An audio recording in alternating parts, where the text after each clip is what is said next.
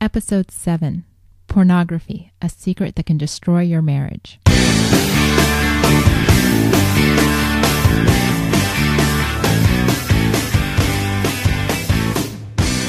Welcome back to One Extraordinary Marriage, where we talk about life, love, and the pursuit of intimacy. You're here with Elisa DiLorenzo. And Tony DiLorenzo. And we're tackling a pretty heavy subject tonight. We're going to be talking about pornography and its implications in your marriage. But before we get to that, we always like to sort of catch you up on what's been going on with us and how we've been faring over the last week. And Tony's had the sniffles, so if you hear him sniffle a little bit during this podcast, you know why. He'll try and keep it to a minimum, but I will. But you know what? Earlier in the week, I wasn't feeling too hot. Not at all. I wasn't. And I think I need to tell our listeners, in all honesty, because we're about being open and honest to our listeners, that I just wasn't into it this week. I wasn't really into our marriage in the first part of this week. Agreed. The sickness, got sick, as everybody knows, some weeks back, throwing up profusely, and then came down with sort of the sniffles, and just wasn't feeling it. And as many of you know, or our new listeners who don't know, Elisa and I have made a pact to each other that we make love twice a week. One time is my turn to initiate, and the other time is Elisa's time to initiate. And Tuesday, I have Sunday, Monday, or Tuesday night to initiate, and Tuesday came around, and it was the last day to initiate. Clock's ticking. Tick-tock. Yeah, it's sort of when we get to the third day, we sort of know we're making love. But I just wasn't feeling it. I just wasn't. And I remember just sort of sitting in bed with you, just going, really? I don't want to make love. I just don't. I'm tired, and I felt sort of like out of an obligation that, okay, maybe I should just go through it. And then I was thinking about last week's podcast when we were talking about quality versus quantity. Was that last week's? 2 weeks ago. I think it was 2 weeks ago. 2 weeks ago, when we were talking about quality versus quantity, and I'm thinking to myself, am I going to just do it to just say I did it? Or really, I want the quality of our sex life to be up. Agreed. So I just remember just sort of lying next to you and just going, basically, I don't want to do it. I don't care. I am tired. I don't feel it. And, that's the first time since we started doing this that I can recall on my side that I just wasn't into it. I think so. I don't really keep track anymore. It's one of those things where I think because we You don't keep track of when we're making love? No, I don't keep track of it happens so infrequently that we don't follow our lifestyle that I don't really keep track of it and go, ooh, that's one for Tony. Or that's one. It doesn't even really register for me. No, I get you on that. I just sort of felt blah, and it was sort of weird because we really didn't talk about it much. I was just sort of like, I don't feel like it, and rolled over, I think, if I can recall. I was tired too. Well, I think the illness has really just taken a lot out of you, and that happens when people are sick. I mean, that's one of those things to keep in mind, when your spouse is going through something physically, that there are going to be times when physical intimacy is the farthest thing from their mind or their desire. This is true. And so rather, I'm so glad that Tony didn't, out of a sense of obligation, try and initiate sex that night, because it would have been, probably just another thing on his to-do list, as opposed to the next day, Wednesday, start of my week, or my 3 days. And we did make love, and it was wonderful, and we were really in a place to connect. And so sometimes you have to really evaluate where you both are, so that you're not just saying, all right, it's Tuesday, let's do it. We got to do it because it's on the calendar. No, and you're right on. I mean, just being able to just go, you know what, I don't feel it, and to come on to Wednesday when you were feeling, you know what, I want to initiate. I was there. I felt a lot better. I was sort of out of my doldrums through the sickness, and I could tell I was starting to get better. And to actually make love to you that night was a quality night for us. Well, and I think the other thing too is that because we have so much quantity in our marriage, and twice a week, it's pretty regular. I also didn't allow the fact that you didn't initiate on Tuesday, your last day, to become an issue with me. where I could have easily, you know, a couple years ago would have been like, well, he didn't hold up his end of the bargain. So guess what? On my 3 days, too bad. You're out of luck. Right. And then start this kind of vicious cycle where it's like, well, you didn't for me, so I'm not going to for you. Right. Type of thing. So I think, you know, touching on just a little bit on that quality versus quantity argument, when you start to have the quantity in your relationship, you can have those opportunities where you can say, you know what, it's okay that we don't make love tonight, because I know the next time that we do, it's going to be quality. Yeah. And so I think that's just one of those things that, having gone through that experience this past week, really sort of hit home. Well, the nice thing too is after Wednesday night, I knew I had Thursday, Friday, and Saturday to take a break, and then my 3 days start up. So there you go, breather.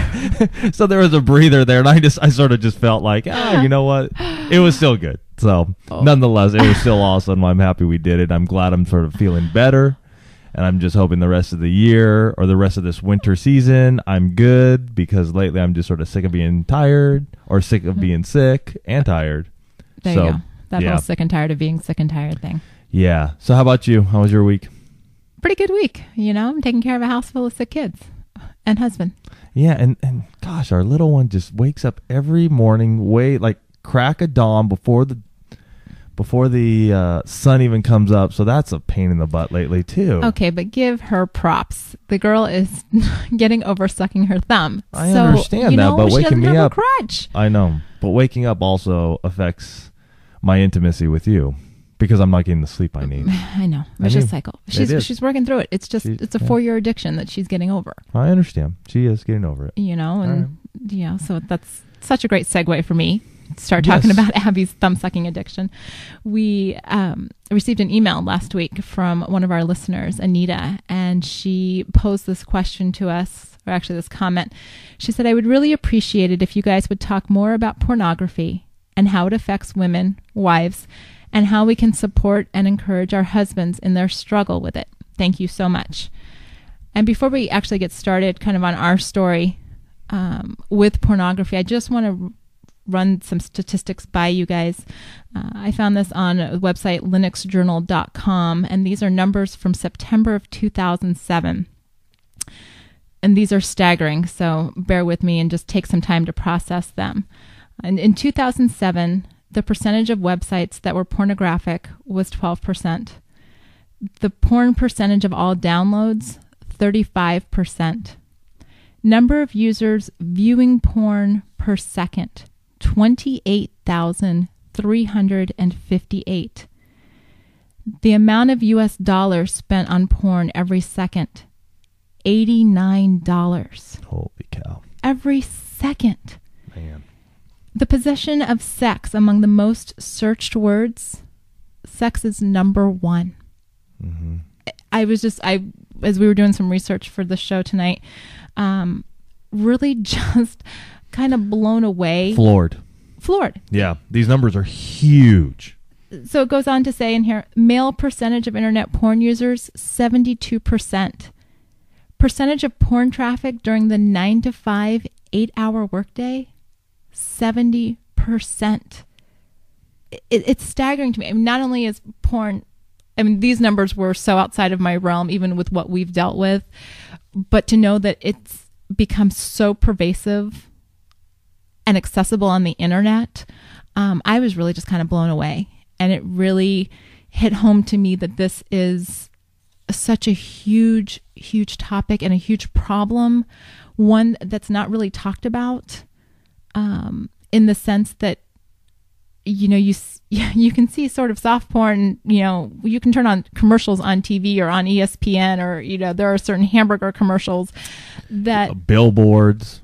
I mean, I've seen magazine ads. I've seen our 7-year-old son playing football in the living room, and if a certain commercial comes on, he all of a sudden is looking at the TV and not looking at the football, getting ready to hit him in the face because something caught his attention. And I've had to actually turn off the TV. I mean, literally just going, you know what, or have a channel that you can get to, so when these commercials come on, so he's not seeing it, and I'm not seeing it.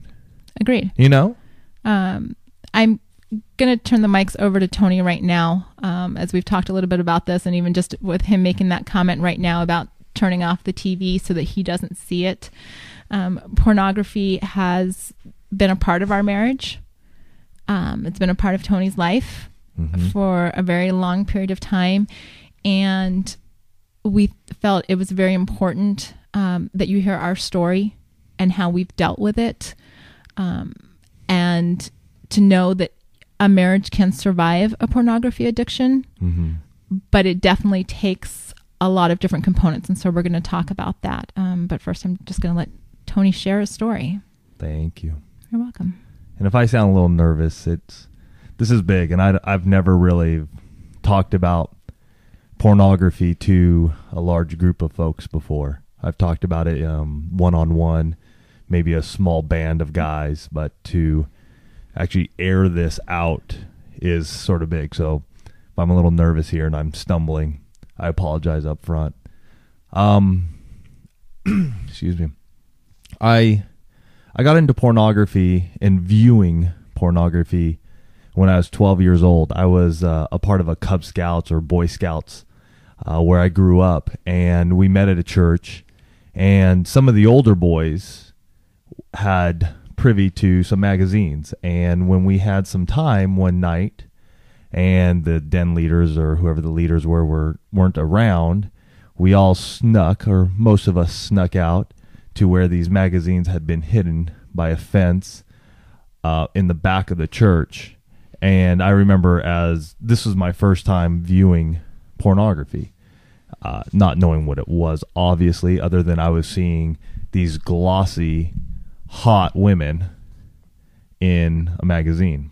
And, you know, from that point, that first viewing of these women, I was sucked in.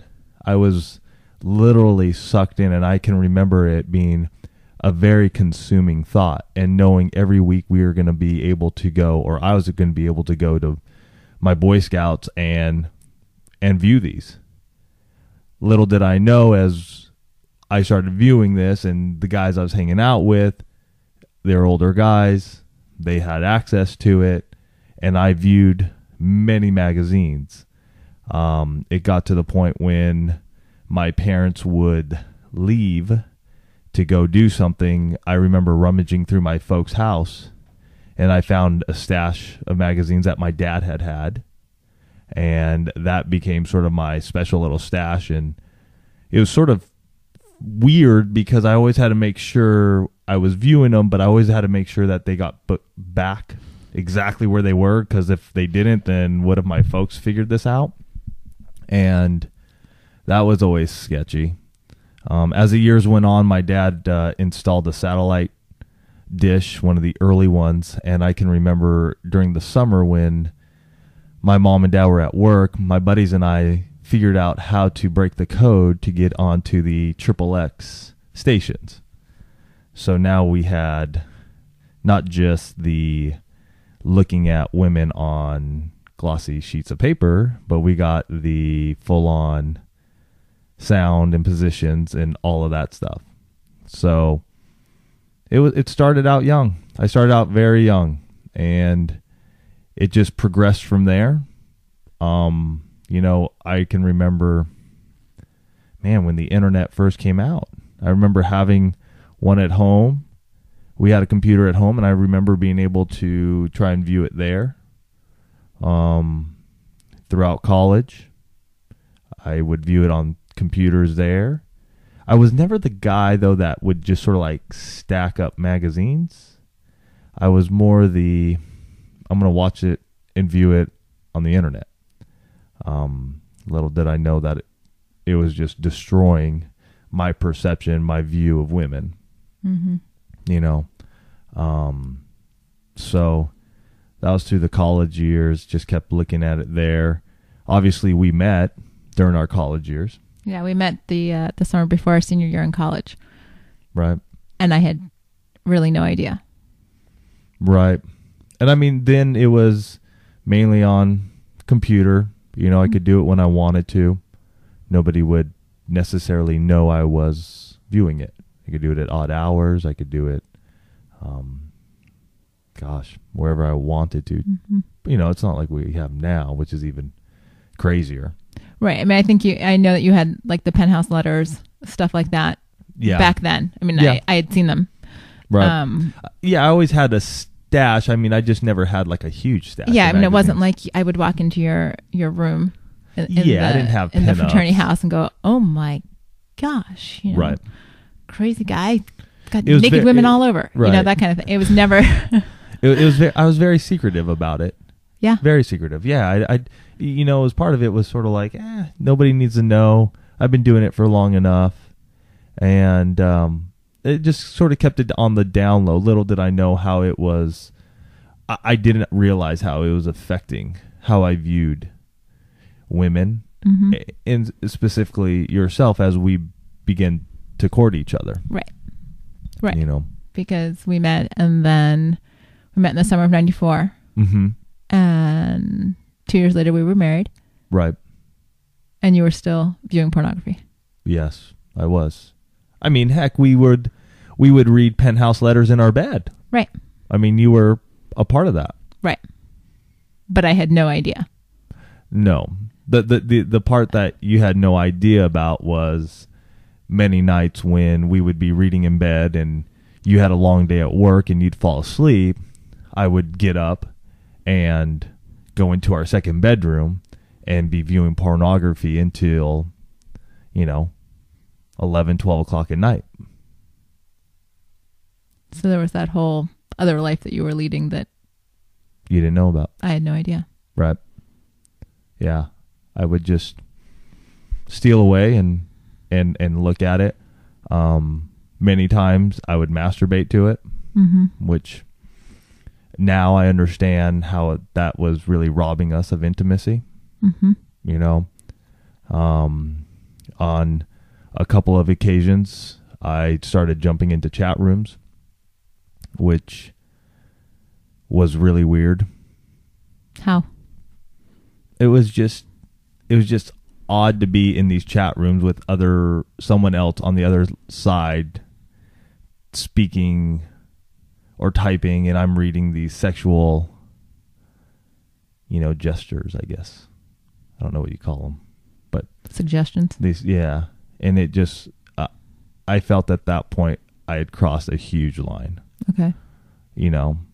Between us, I had crossed some line. I didn't know what it was. I just knew it wasn't where I should be. Okay. And,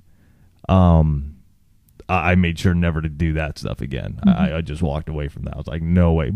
I walked away from let me restate that. I walked away from the chat rooms. Mm-hmm. I didn't walk away from the numerous pictures I could find for free and the video. Okay. Yeah. I mean, I didn't walk away from that. So, and that went on for years. And then I started working with a company, 99% male, and we would be out doing our stuff. We were working in LA, and some days it would be very, very slow. Many of the guys, we would listen to Howard Stern all morning long for our drive into LA, and then we would, if it was slow, a number of the guys had pornography magazines, mm-hmm. and so we'd sit around and look at those. If it was really slow and we needed to kill a couple hours, we'd hit the strip clubs.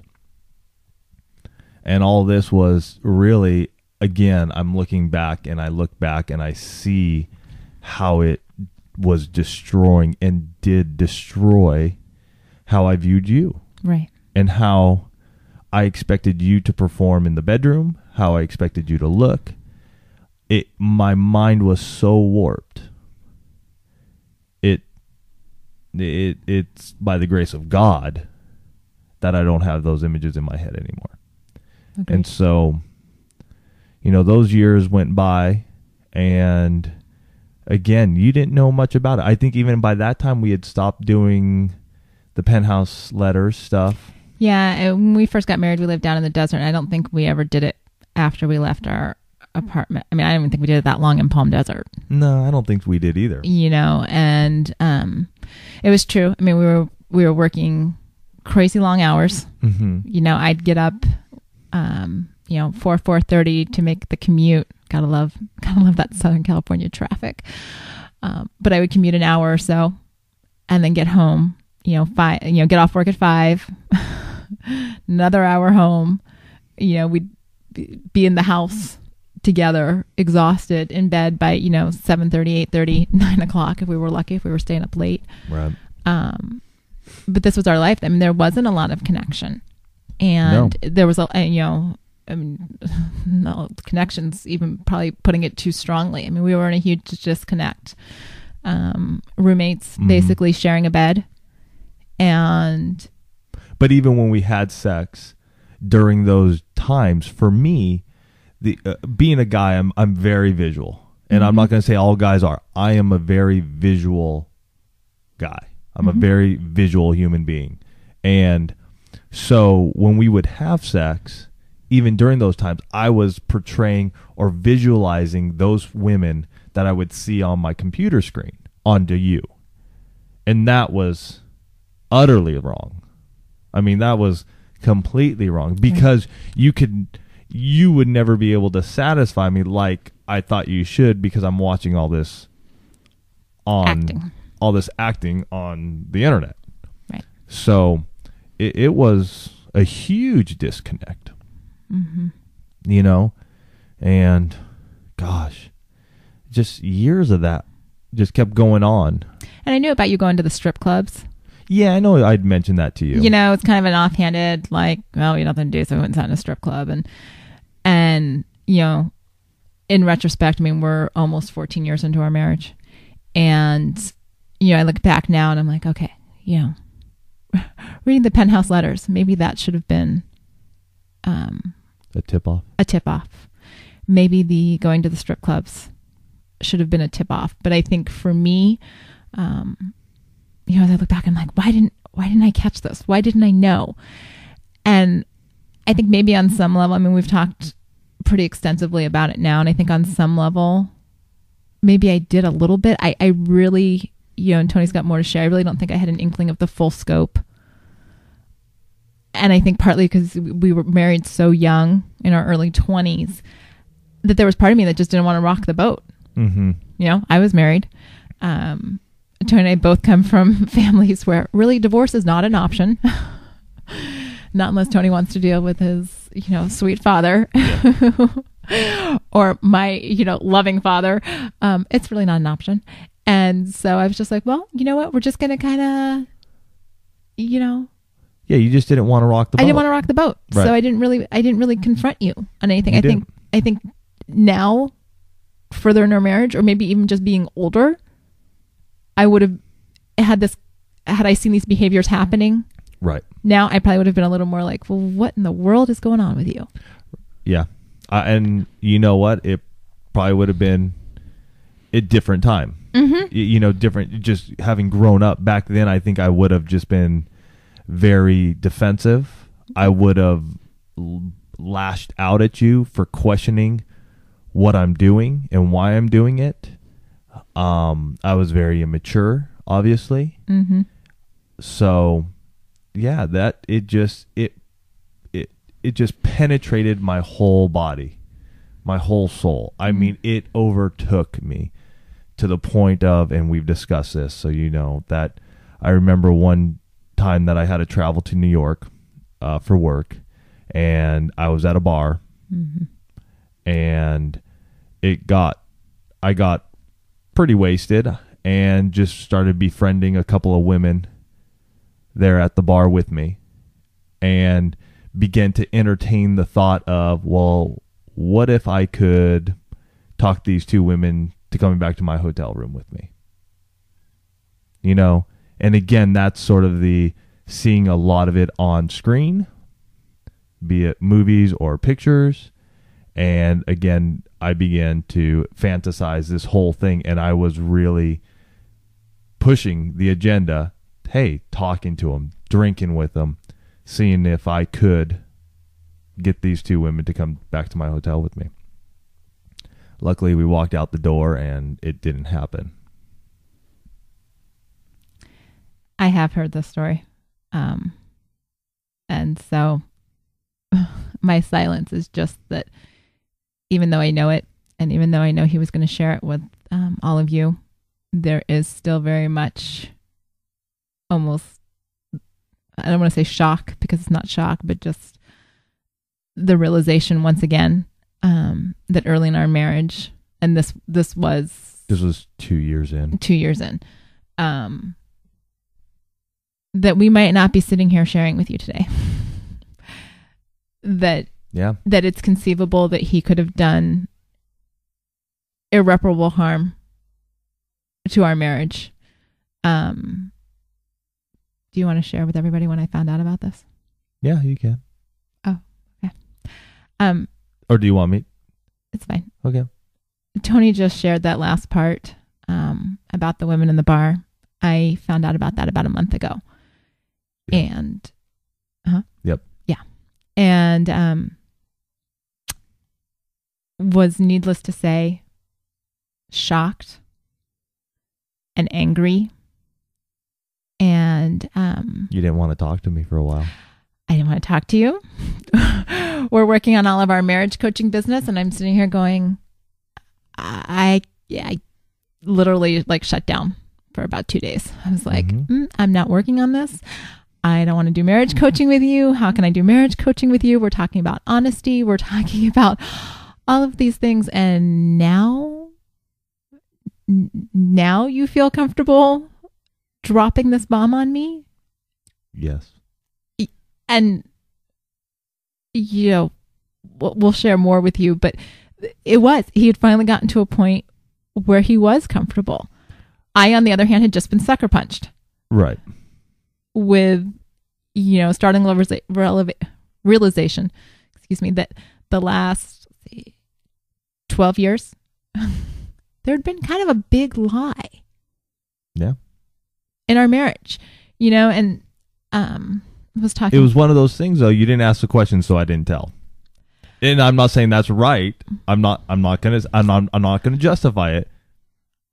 What question would I have asked? Did you go to a bar on this business trip and try and pick up some women? No. Did you think about having an affair? No. Okay, so what would have been the question that you would have said yes to, or you would have answered? I don't know. I don't know. Honestly, I don't know. Okay. I'm just... you know what? It comes to a point where viewing pornography, for me, it was so shameful. And I think I'm going to go back to 2000 when committed my life to Christ. Right. And I was still doing it. So I felt all this shame, and I couldn't even imagine telling you, you know, and having done that deal at the bar, I mean, I couldn't even imagine telling you then. I mean, oh my gosh, if I tell you what the heck, I mean, you were a spitfire early on in our marriage. I mean, it would have been over in a heartbeat. Slightly, I have a large temper. Well, over the years, I've mellowed. But early on, had he told me that, I probably would have literally spontaneous combustion. It would have been very, very ugly. All right. Yes. So in 2000, when I committed my life to Christ, I felt like, man, I'm a new guy. I'm going to start making changes. Unfortunately, that didn't happen for me. As many of you know, I hiked the PCT, and then afterwards, I went through just sort of this weird reintroduction into society after sitting on the trail for 4.5 months. Elisa was working. Well, Elisa's working. Where do you think I am? On the computer looking at pornography again. And this, again, continued for many years until finally I figured God wrote this thing called the Bible. Maybe I should get into it and start reading it. Mm-hmm. And I started diving into the Bible and started to understand God's grace on me and his mercy, and that he loves me even though I am doing what I'm doing. And I can remember times viewing it, masturbating, and then praying right to God going, I am a sinful human being. I am a mess, God. I need your saving grace. I am a mess. I had finally come to the point where I realized there was a problem. Before that time, there was no problem. No. To me, there was no problem. To me, I was viewing it. I enjoyed it. It gave me satisfaction. And I really did not think of the consequences it caused in our marriage. I didn't. And it was stupid of me to not. But, I mean, when you're viewing that, it is like getting high. Mm-hmm. I mean, the rush of endorphins to your brain is absolutely unbelievable. And so I didn't see there was a problem until I finally picked up the Bible and started reading how wonderful and awesome our God is. Mm-hmm. And that's when I finally started going, oh boy, I need to do something. Mm-hmm. I need to do something because this is not going to be good. And what'd you do? Kept looking at it. Kept picking up my Bible. Kept praying to God to clean me. Yeah. I didn't have a good support group. I didn't know where to turn. I just knew God was there and he was gonna save me. Somehow, some way, it was gonna happen. And fortunately, we ended up here in Poway, mm-hmm. and at a church where another fellow was dealing with this, and we got to talking a little bit, mm-hmm. and he was telling me about his struggles and how he had been dealing with it and how it had also been affecting his marriage. And we just connected, and I listened to him, and he was going through an online program. Right. Where there was a mentorship and everything, and I thought that was really cool. I checked it out. But for me, I saw that and I was like, I'm not doing this. And I remember just sort of praying to God, going, God, I need to stop this. I need to stop this. And one day I was viewing it. I'm sitting here on the internet, and you know what? It was right here in our garage. We record in our garage. Yeah, we record in our garage. He's pointing, and you can't. You can't see me pointing. You can't see the visual, but he's pointing to our garage where we're sitting right now. So, but it was right here in our garage. I remember viewing it on my laptop, and I remember. Whoa! Hold on. I thought once we moved into this place, you had stopped. No. Okay. Remember, Alex was still like Alex 1 or 2 years old. Okay, go ahead. Yeah, he was 2 years old. Okay. And I remember sitting here, viewing it. And a voice came over to me and just said, you need to tell Elisa. You need to tell Elisa. And she is going to be your accountability person. And that's it. And I remember just hearing, I'm like, what and I'm like looking at this and I'm going, and I clicked off of it. And I remember just walking right inside and telling you. And Alex at the time was 2? Probably 2. 1 or 2. I think he was 2. We moved in when he was 1.5. Yeah, so he was 2. And I remember walking in, telling you, and I looked directly in your eyes and I said, Elisa, I have a problem. I have an issue with pornography. I need to overcome this. And I do not need men to be accountable to. I need to be accountable to you. You are my wife, and I need you to be accountable to me and need to call me out on it. And do you remember how we set this up? I mean, it was just sort of like, this is the way we're doing it, and I can go cold turkey on stuff if I have to, and I've done it many times before, and this is how I did it. I was done, and I was ready just to get this over with. And so I told Elisa, I said, listen, if I view pornography, I need to tell you. And it can't be, I'm going to tell you 2 weeks later. No, I got to tell you right then and there. And I don't care if it's at midnight. I'm waking you up and I'm telling you. And that's how we did it. Yeah, needless to say, I was a little shocked, 1, at the revelation, and 2, at the idea that, I know Tony's got a strong personality, so the idea that he was going to go cold turkey, I guess because I didn't know even then I didn't know the full extent. I was like, all right, well, I guess he's going to stop looking at pornography. I didn't realize it was I don't even think at that point in time you even went into. You didn't go into details. I didn't go into details. And again, at that point, you didn't ask any questions. I didn't ask. And I think that's partly because when you tell me you're going to do something, you've never not gone through, gone back on your word. Right. You've never given me a reason to doubt you. And so if you told me that you were going to do this, or if you told me that you were going to wake me up at midnight to say, I'm coming clean to you, I was just like, okay, I'm a little bit in shock and I'm not sure. I just remember you just sort of looking at me and going, okay. And basically, and that's all I needed to hear though. You know what I mean? Mm-hmm. For me, that's all I needed you to say to me was okay. Because in my head, I had already formalized how I was going to approach this, how I was going to tackle it, and what I was going to do.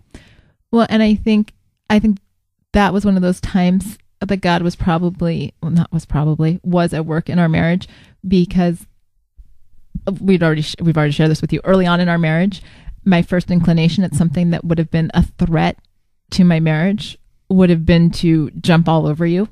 Right. And to pepper you with questions. What are you doing? Why are you doing this? How long have you been doing it? All of the things that have now become questions that we've been able to talk about, but that if I had asked you 5 years ago, probably would have led to a horrible fight. Okay, small pause there. Our 7-year-old just walked in while we were recording. But what I was saying is, early in our marriage, that kind of revelation would have led to a horrible fight. And the fact that I didn't jump all over you, that's kind of one of those small things, because I think it would have led to a much more defensive posture on my side, on your part. Right. Because I would have been attacking. Right. You would have been attacking me, and I probably would have pulled away and just gone, well, forget it. She doesn't understand what I'm going through, and I'm going to just keep viewing this stuff. That's not to say, ladies, that if your husband is viewing pornography, that you should not confront the issue. In our situation, again, Tony had never given me any reason to doubt him or to doubt his word. And so I, through God's grace, knew enough to keep my mouth shut right there. That's not to say that I didn't have questions, and that's not to say that we haven't hashed a lot of stuff out. I just didn't do it right then when he was coming clean. Right. Mm-hmm. So you came clean. So I came clean. And it was more than a couple of days, and I came to you because I had viewed pornography. And I remember just coming into you and just going, Lisa, I need to tell you something. And I could already see the look in your face. Those are words every wife never wants to hear. Right. I need to talk to you. And so I remember just telling you, and that look on your face just sunk my heart. It really hurt. And it gave me a lot to think about. It gave me a lot to think about and to pray about, and to go back to God and let him know that I'm a sinful man and I need to be cleansed again by his grace and his glory. And a couple of weeks later, you ended up going to see your folks in Ohio, and you were gone for 10 days, something like that. You're gone for a good period of time. And man, right then again, the door opened, the devil was attacking me, and boom, I'm on the computer.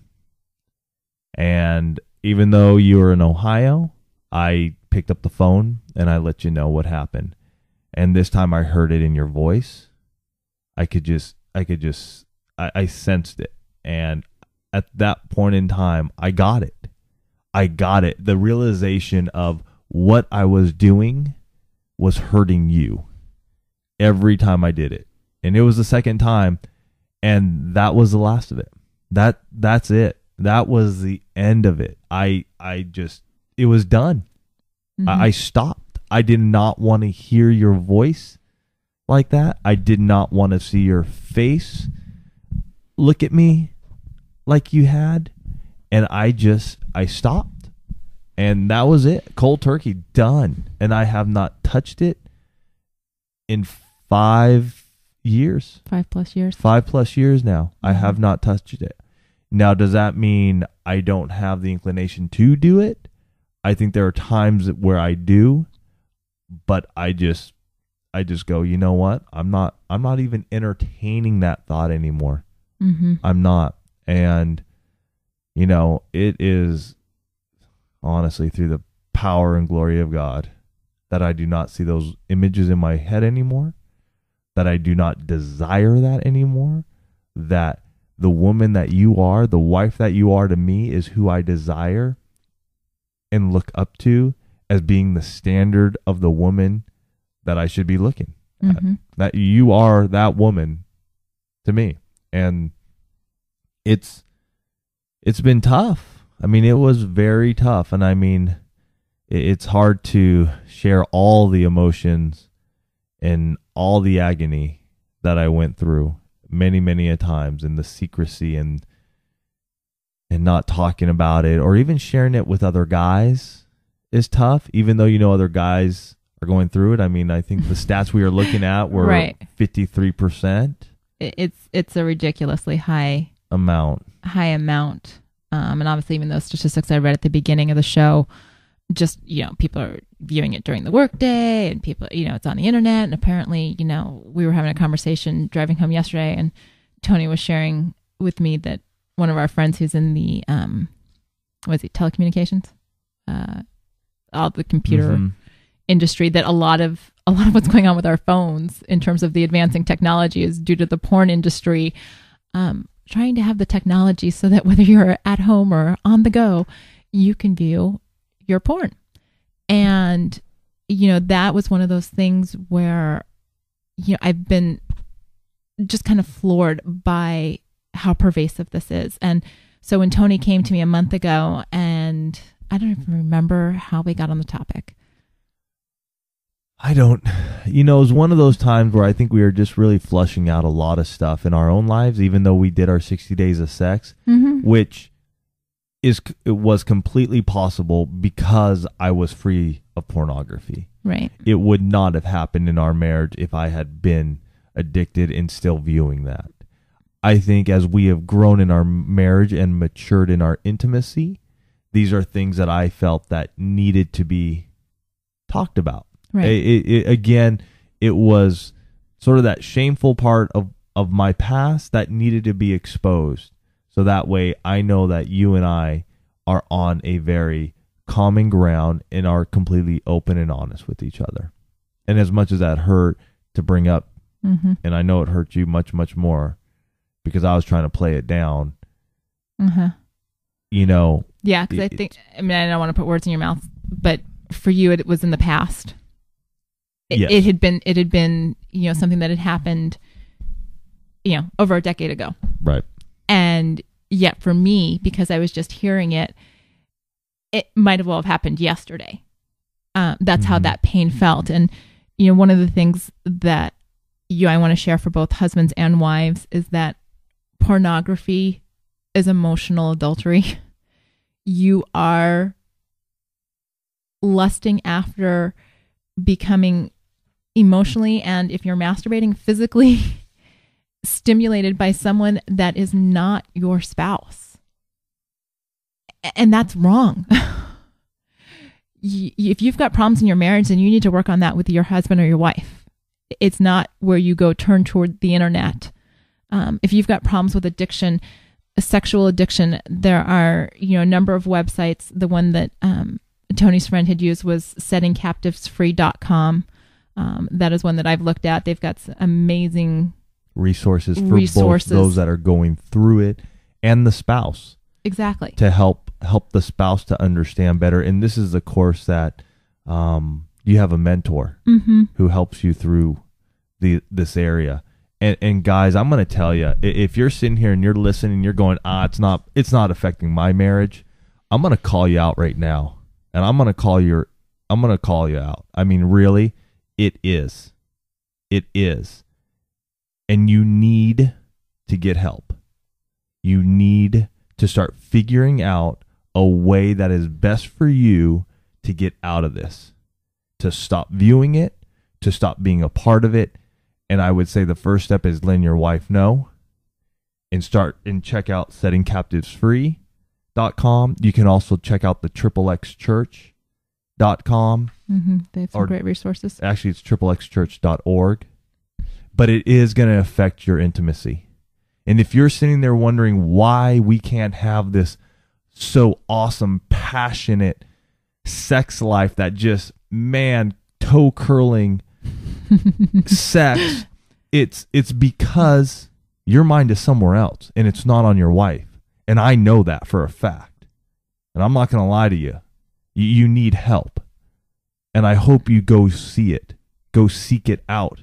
Go find it. I hope you come to your knees and pray before God and let him know that you need help. Okay? And I'm not playing around with this. It is true. It is affecting our marriages. It is affecting our society. It is affecting our kids. It is time to stand up, be the man that you are in your marriage, and get the hell away from that crap. It's time to put your foot down. And I cannot say it any easier, any nicer, because I'm not going to listen to anybody come to me and tell me it is a good thing in their marriage. It is not. It is crap. And it is killing the love that you have for your wife, for your kids, for the God that we look up to. Guys, make the choice. Make the choice to turn your life around and to have an extraordinary marriage. And I'm not going to say it's going to happen tomorrow. It's not an easy walk. It's not. It took me many years to get over it, to finally get that filth out of my head, and to see my wife for who she is, for who God made her for me. Mm-hmm. But you got to take the step. You got to stop lying to yourself, and you got to take the steps to get out of it. And I think on the wives' side of things, for me, it was a lot of prayer. It was committing to Tony to be his accountability partner, to saying, okay, and there was part of me that said, I really don't want to know. I mean, if you're doing this, because I didn't even realize how much it was damaging our marriage. But I can see the difference between what our marriage used to be and when Tony stopped, what our marriage has been like since then. And it's like a tale of two marriages. In terms of how he views me as a woman, I'm not, just kind of the plaything in the bedroom. I am his wife. Mm-hmm. I am his cherished wife. And that's because he doesn't have, 50 million other images going through his head. He doesn't have all of these other acts going through his head, things that I could never do. That's gone. And God took that away. And God took away, when Tony dropped that bomb on me, a month ago about, his experiences in New York. And I'm just seething. I was horrified. I was stunned. I was shocked. You kind of have all of those stages of anger, denial, and grief, just all of that happening. And, at the same time, I had to go pick up my daughter from preschool. So I remember being in the car on the way, and, we'd had probably a day and a half, sort of that awkward tension. Not really, no screaming, no fighting, but I was very uncomfortable. And I didn't know what was going to happen with One Extraordinary Marriage, because I was kind of questioning it. I was questioning where we were and what we were doing and why now. And so I'm in the car and I'm praying. I'm like, God, you are the only one that can make this better.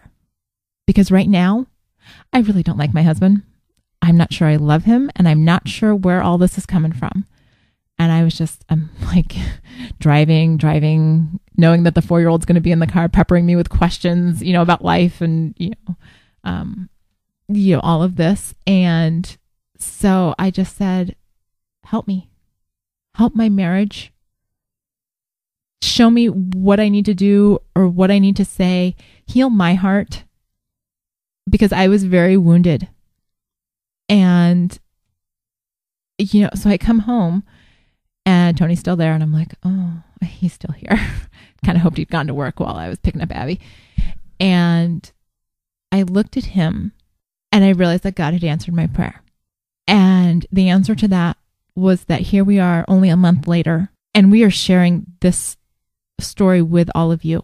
And I am not sitting here seething in anger. I have been able to share over the last month this story with other women who are dealing with husbands who are sexually addicted to say, you know what? It sucks. It is a drain on your marriage. You both need help. Okay. You need to find counselors that can work with you. Even if all you need is somebody to vent to, it is better in some respects than dumping all of that anger and that venom and that poison on your spouse who's trying to change their life. If they're trying to change. If they're trying to change, if they are truly trying to change and you can see that, you're dumping your emotions, which are valid and they are true and they should be shared with the spouse. Your husband should know the pain that he has caused you. But we as women, and I will take that back. I will say I as a woman tend to, what's the word? Not regurgitate, but repeat myself in terms of, sometimes the issue isn't dead when I think, when Tony's like, okay, I'm done with it. And I'm like, no, I want to talk about it again. I'm going to make you pay one more time. Find someone that can just listen to you. If you need counseling, because the issue is you can't even get your hands around it. If your husband needs counseling, we deal with Dr. Corey Allen with simplemarriage.net. Thank you. And we'll put his resources up with this podcast as well, so that you can click through to Corey and talk to him, talk through this stuff.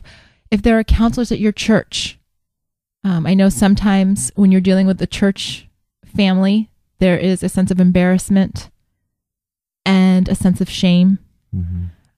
Remember that they are there to help, that they do have those same privacy guidelines. They're not going to talk to you and then walk out of the room and be like, oh my gosh, would you believe what's going on in their marriage? Right. Those that are chosen to be counselors in your church should be held to the same standards as if you were going to a counselor outside the church. Right. In terms of privacy. Seek the help. Find a support group. Don't bag on your husband to your girlfriends, because that's something we women sometimes do. Find those girlfriends that are going to be supportive and that are going to lift you up. Pray for healing in your heart. And if any of you out there are going through this and you need a sounding board, you can email Elisa or I. Mm-hmm. If you're a woman, I'd ask that you email Elisa in this regard. And if you're a guy and you need help, I would ask that you email me in this regard. We like to keep it gender. What is the word I'm looking for? Gender specific. Gender specific. Yes. We just, and again, that goes back to boundaries that we've set in our marriage, that we don't counsel opposite sex individuals. Right. That way we keep things above board. This obviously has been a huge topic tonight and we've gone on longer. So we thank you for listening. Yeah. And we'll probably, I think it's such a big topic. We're going to come back into it somewhere. We do. It's too big to just lay out for one 60-minute podcast. Right. And, to that regard, if you would like to share your story with us, if you would like to share how your marriage has survived pornography or sexual addiction, feel free to, again, email us at askalisa@oneextraordinarymarriage.com or asktony@oneextraordinarymarriage.com. If you want to call us and leave a message on our listener feedback line, you can do that at 858-754-9937. And if you do that, you would be the first person to do that. And that would be so rad. I'm telling you, I am looking forward to having somebody call in and let us know how awesome their marriage is after pornography. I'll play it over and over. I mean, really. So if you're out there and you got a story that you want to shout from the mountaintops, call us. I want to play that. Please, I do. that marriage can survive pornography addiction. We know it's a challenge. We know that our world is against getting over that addiction because we hear it all the time, sex sells, and you see it everywhere. But we want to come alongside you and celebrate your success, lift you up in your challenges. And so we hope that you will get in contact with us. Just want to share a couple of upcoming things that are going on with us before we say goodbye until next week. The first thing is that we are actually speaking on Tuesday with one of the pastors at Trinity Baptist Church in Marion, Ohio, about speaking to their congregation. This is very exciting for us. They've got some wonderful things that they're doing there. And to that end, if your church is interested in having us come and speak, get in contact with us. We'd love to share our story, or a number of the other topics that you see on our speaking page. There's a lot to be said for just having sort of your average Joe come and share that, marriage can weather all of these different storms. In fact, we're doing a fireside chat this Sunday night through the church at Rancho Bernardo called Coming Out Stronger on the Other Side of Lies, Loss, and Hardship. And so for those of you that are in the San Diego area, you can click through the churchatrb.org and go to the marriage tab, and that has all the details for that if that was something that you'd be interested in. And then lastly, just want to ask for your help. And as we begin to develop more podcasts, we realize that we are not the experts on everything, but we're looking to do some upcoming blogs and podcasts on those folks that are involved in a military marriage, where you're dealing with deployments, you're dealing with, your husband or wife could be overseas for extended periods of time. And how do you maintain the intimacy when your husband's in a war zone, when your wife is overseas for a year? So if those are topics that pertain to you, that impact your family, or somebody that is in a military marriage, would love to have you once again get in contact with us through the website. Go to oneextraordinarymarriage.com and just let us know. We'd like to get some listener input on those upcoming shows. And if you're interested in being a guest blogger for us on that topic, as well as we would love to have a couple come on with us and talk about how they have an extraordinary marriage as they go through, or as as being a military family. Mm-hmm. And that would be awesome. This is the first one, and we got a number of them that we're going to start tackling, because you guys out there are awesome, and you guys have extraordinary marriages, and we want to share that with the world. And so one last thing, I just want to ask for prayer for Elisa and I. As we have developed one, there are many moments in time when, we feel that we are just being attacked because we're spreading the good word. And so we ask that you just lift us up. And number 2, our book in its entirety is done. And now we are just looking for an editor to go through that. So hopefully in the next couple of months, we'll have that out to you guys. Mm-hmm. And so that is a true blessing. And hopefully it's not the one and only. I mean, we have some other ideas out there, but you guys are all just awesome. And we are just so blessed to have the many fans that we have on One Extraordinary Marriage Facebook fan page, and all of those comments that you guys are giving us on our blog. So please keep it up. Spread the word. Tell your friends. Tell your family. We want to hear from you. Email us. Call us. We love you guys. And until next week, have a great one.